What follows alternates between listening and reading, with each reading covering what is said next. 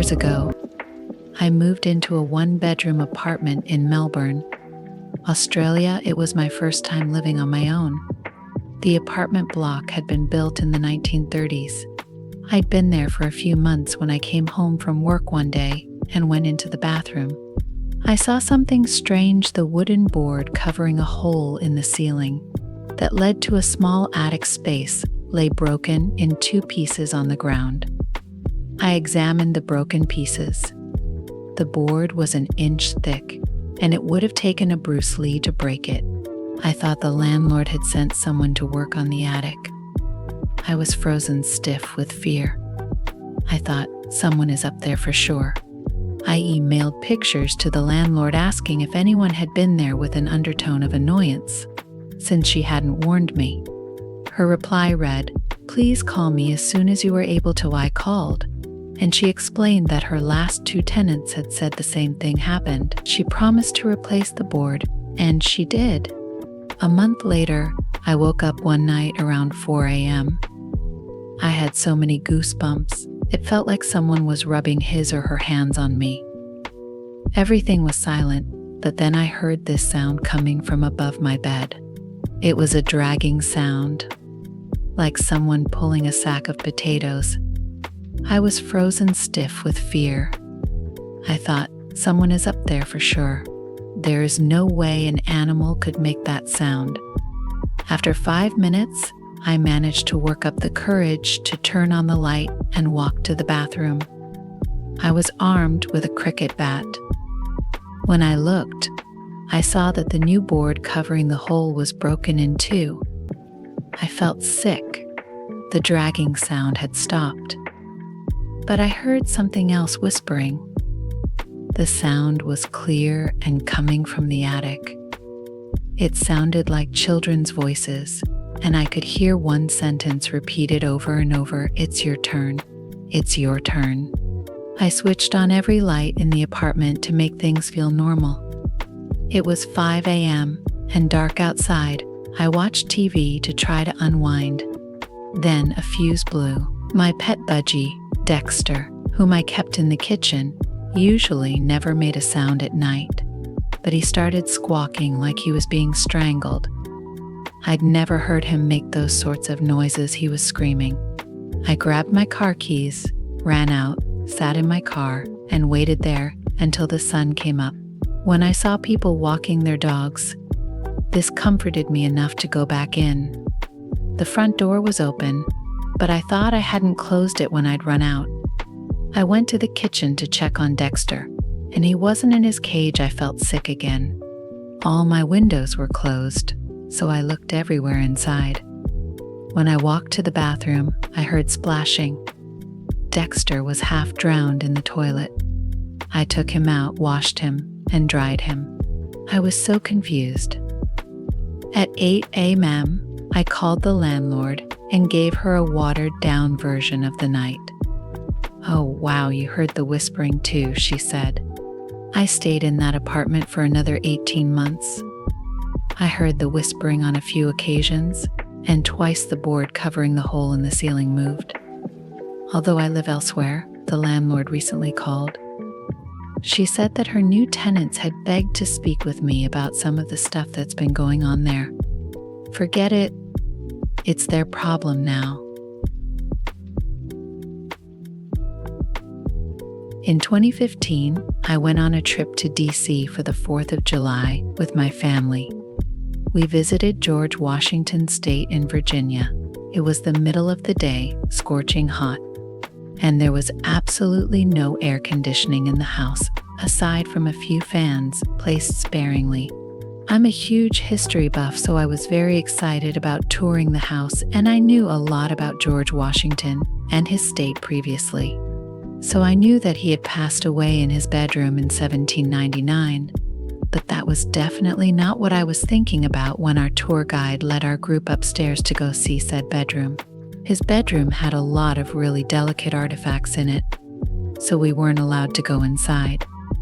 And there were little plastic barriers preventing us from doing so. But you could stick your head into the room and look around. For some reason, I was the only one in the group who decided to take a look.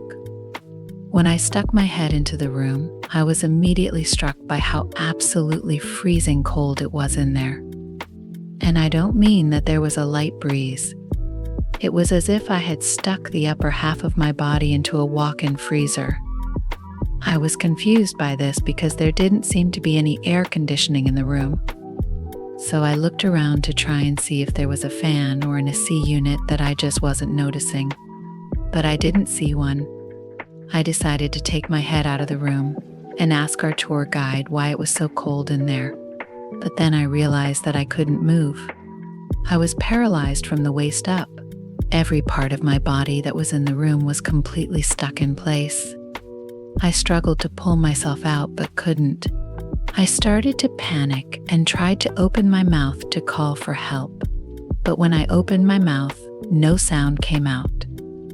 All of a sudden, from the other side of the room, where there was a little piece of furniture, a mirror, and a water basin, probably where Washington washed his face and shaved in the morning, I felt what I can describe as nothing other than a pair of eyes staring at me. Almost like the sensation of someone staring at you while you sleep. I didn't see a figure or anything but felt this huge and intimidating presence walk towards me and stare me down. It was horrifying, and I physically could not tell you how much time passed in that moment, because it really felt like it could have been an hour. But I guess it was only a few seconds. After a while, I finally broke free from my paralysis and almost fell backwards onto my butt. My mom asked me what was wrong, and I told her that I wanted to leave. She didn't believe me when I told her the story later, but it still scares me to this day. My grandma's house has always, for as long as I can remember, been a scary place.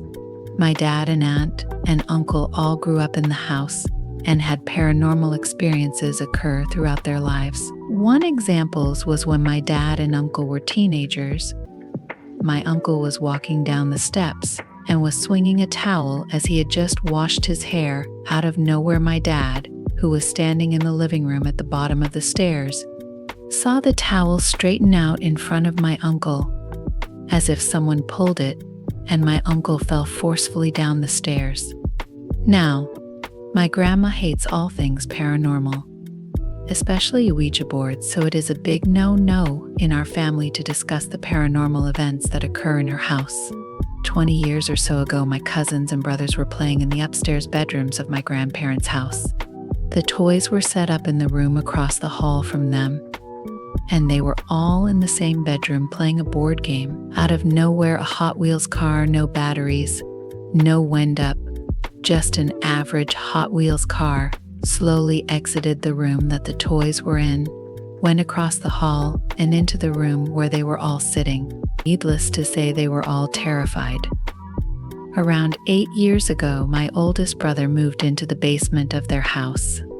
One night when he was home alone, he woke up out of a deep sleep, having felt like he was shaken by someone. He stood up and instantly smelt gas. He went upstairs and outside of the house.